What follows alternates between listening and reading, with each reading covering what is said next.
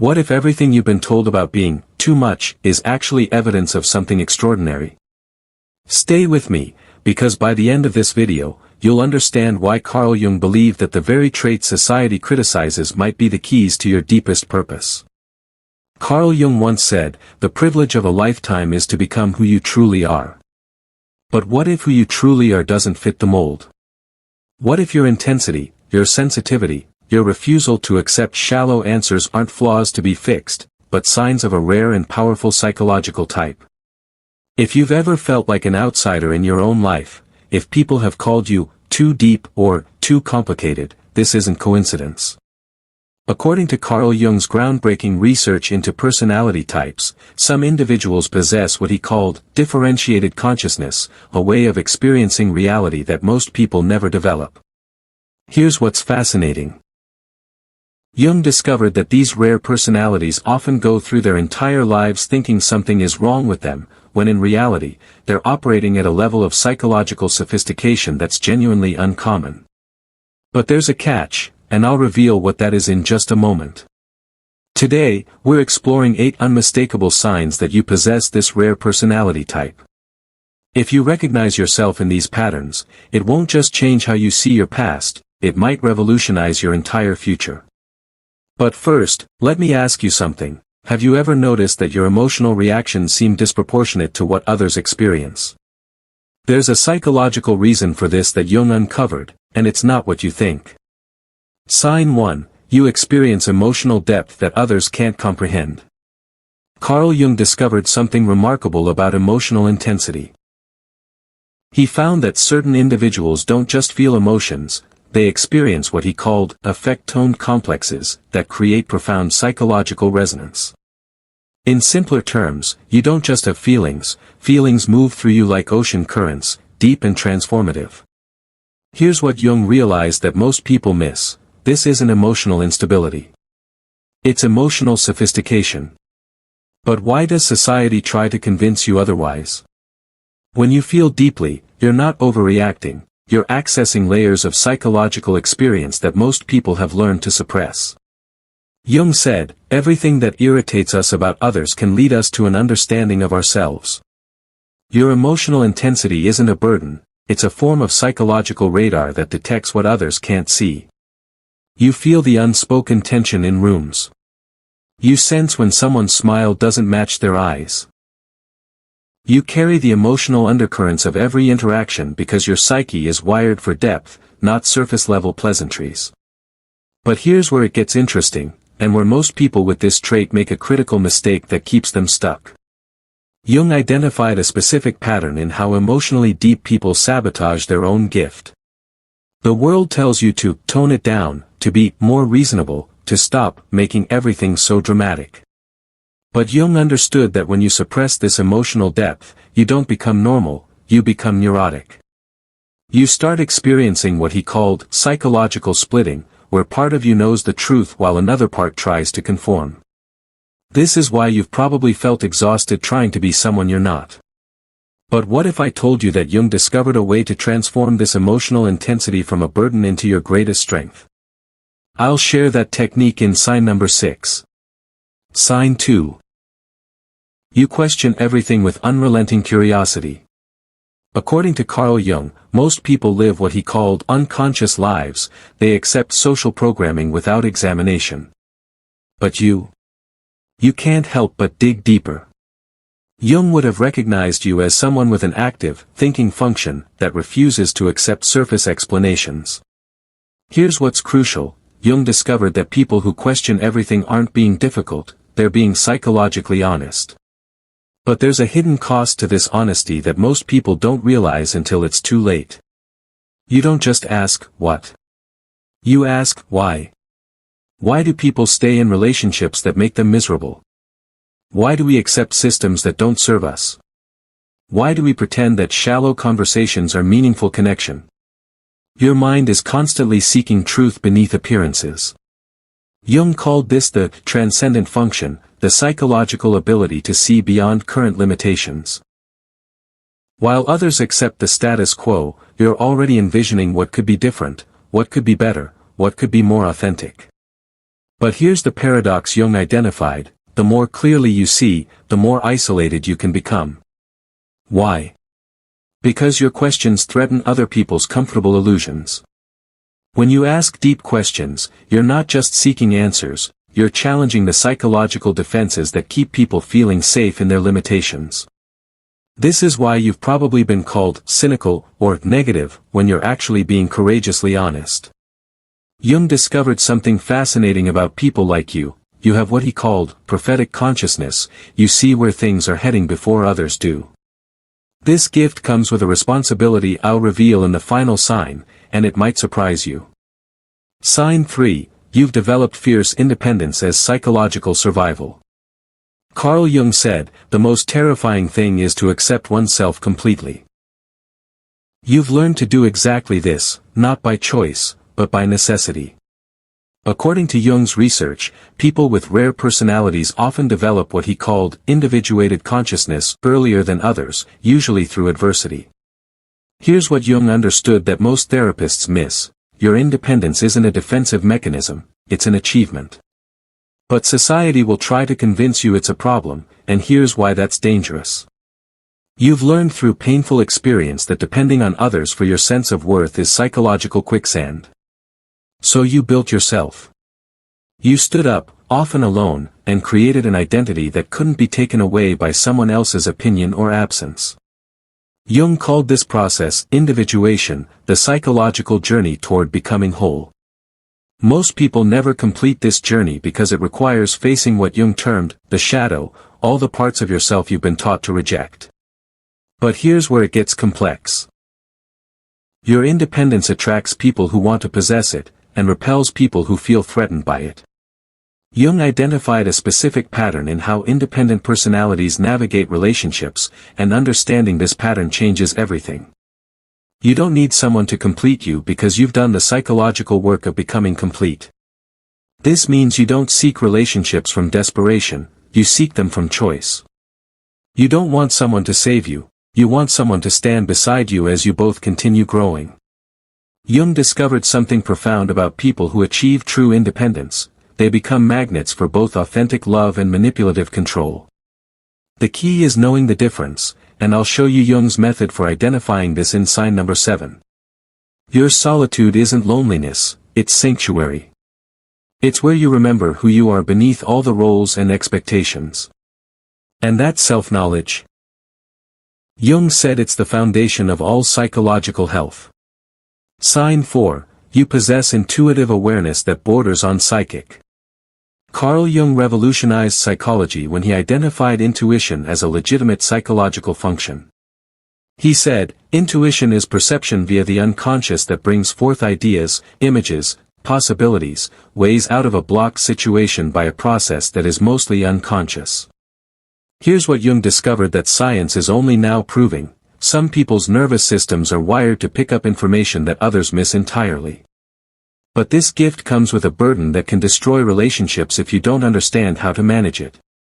You don't just observe people, you read their psychological state. You notice the micro-expressions, the energy shifts, the words they don't say. Jung would have recognized this as evidence of what he called active imagination, the ability to perceive beyond the obvious. When someone says they're fine, but their body language screams distress, you can't unsee it. When there's tension in a room that everyone else seems to ignore, you feel it in your bones. This isn't paranoia, it's psychological sensitivity operating at a high level. But here's Jung's warning: if you don't learn to protect this sensitivity, it will exhaust you.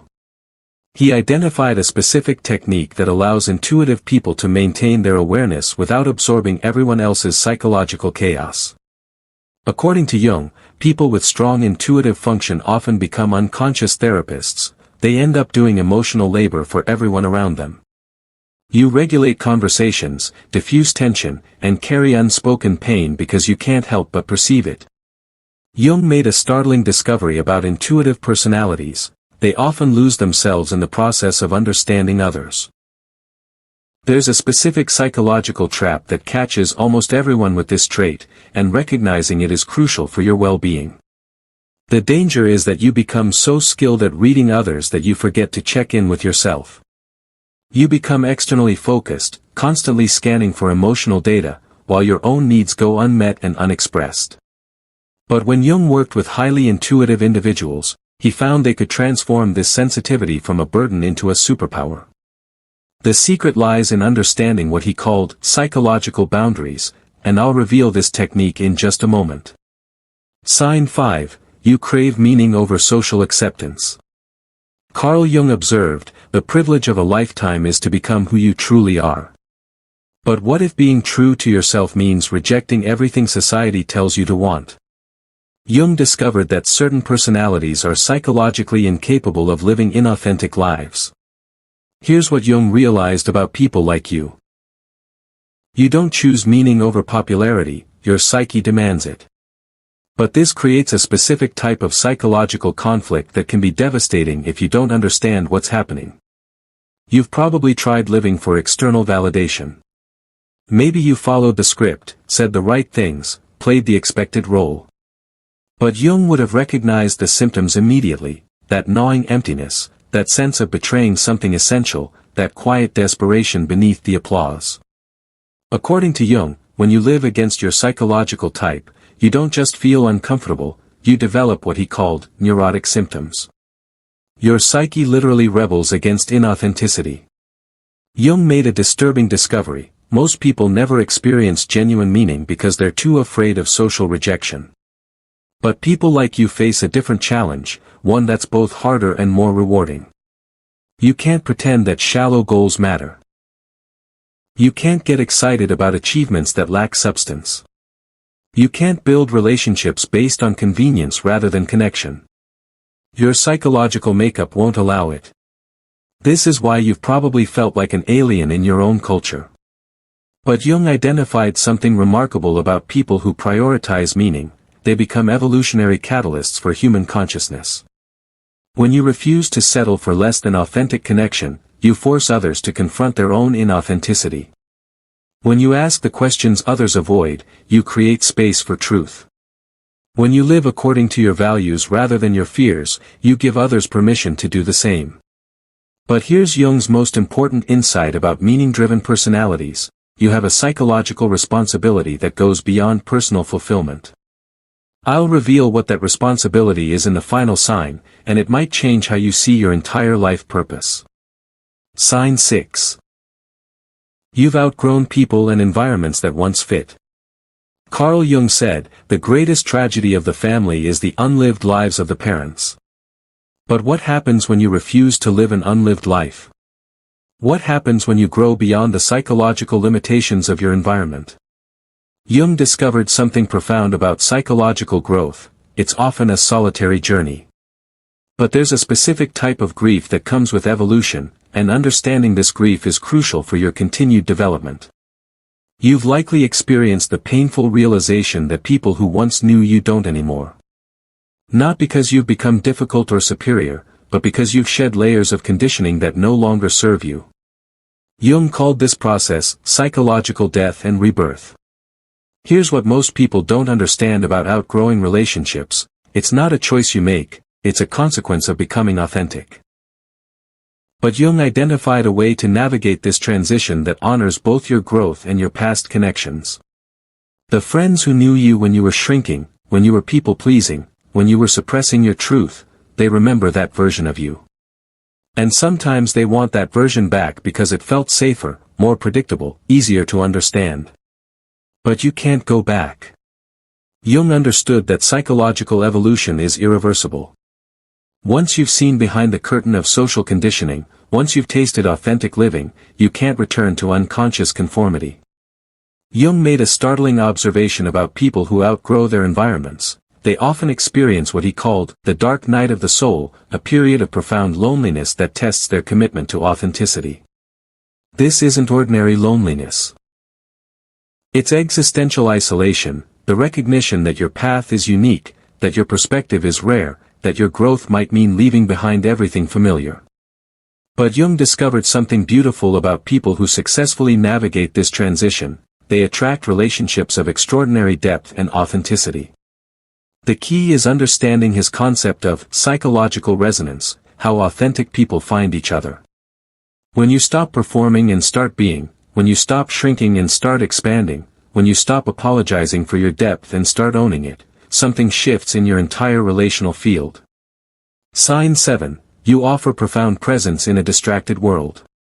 According to Carl Jung, the meeting of two personalities is like the contact of two chemical substances. If there is any reaction, both are transformed. But what if you're the type of person who creates transformation simply by showing up authentically? Jung identified a rare quality that some people possess, the ability to create what he called psychological holding space. If you have this gift, you already know how much it costs you, but you might not realize how rare and valuable it truly is. When someone speaks to you, they feel seen in a way that's uncommon. You don't just listen to their words, you perceive their underlying emotional state. You don't offer quick fixes, you offer deep witnessing. You don't rush to judgment, you create space for truth to emerge. Jung understood that this level of presence is actually a form of psychological healing. In your company, people remember what it feels like to be human, complex, contradictory, worthy of understanding. But here's Jung's crucial insight: people with this gift often exhaust themselves by giving it too freely. He identified specific psychological boundaries that allow empathetic people to maintain their depth without depleting themselves. You've probably found yourself in the role of unofficial therapist, emotional anchor, or safe harbor for others. While this makes you invaluable, it can also make you invisible. You become so skilled at holding space for others that you forget to ask for space to be held yourself. Jung discovered something important about highly empathetic personalities. They often develop what he called helper's syndrome, a pattern of unconscious self-sacrifice that ultimately serves no one. The work isn't to stop caring or to close your heart. The work is to learn discernment, to understand who deserves access to your emotional presence and who has earned the right to reciprocate. When Jung worked with people who possessed natural therapeutic presence, he found they needed to learn a specific skill that transformed their relationships entirely. I'll share this skill in the final sign, because it's the key to maintaining your gifts without losing yourself. Sign 8. You sense a larger purpose that you can't yet define. Carl Jung said, your vision becomes clear when you look into your heart. Who looks outside, dreams. Who looks inside, awakens.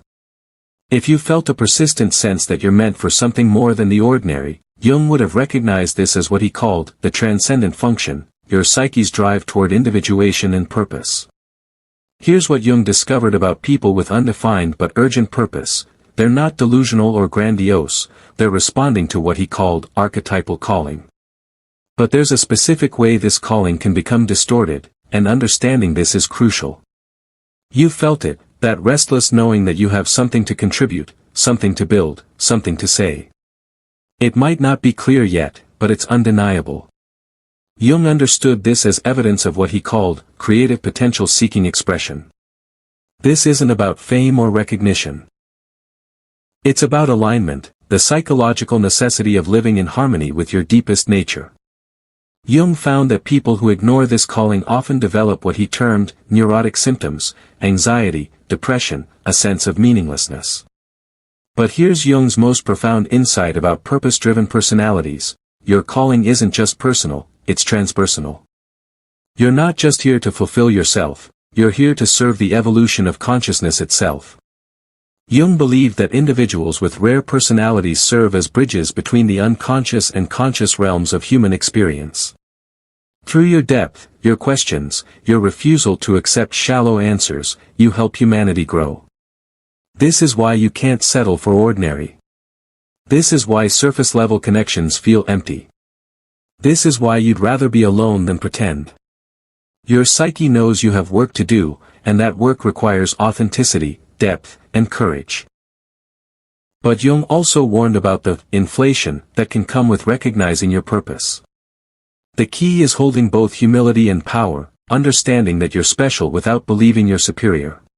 Carl Jung spent his entire career studying personalities like yours. He called people with these traits the differentiated individuals who have developed psychological complexity that allows them to see, feel, and understand at levels most people never reach. If even half of these signs resonated with you, you're not just different, you're part of what Jung called the leading edge of human consciousness. You're one of the people pushing our species toward greater awareness, deeper truth, more authentic connection. Yes, it's lonely sometimes. Yes, it's misunderstood. Yes, it requires more courage than most people will ever need. But Jung believed that people like you are essential for humanity's psychological evolution. Your sensitivity isn't a weakness, it's a superpower. Your intensity isn't too much, it's exactly what the world needs. Your refusal to settle isn't difficult, it's brave. Carl Jung once said, the most terrifying thing is to accept oneself completely. You're learning to do exactly that, and in doing so, you're giving others permission to do the same. Drop a comment below and tell me which of these signs felt most true to you. Share this with someone who needs to remember their own psychological rarity. And subscribe, because we're just beginning to explore the depths of what makes you extraordinary. Remember, you're not too much. The world is too little. And Jung knew that people like you are the ones who change that.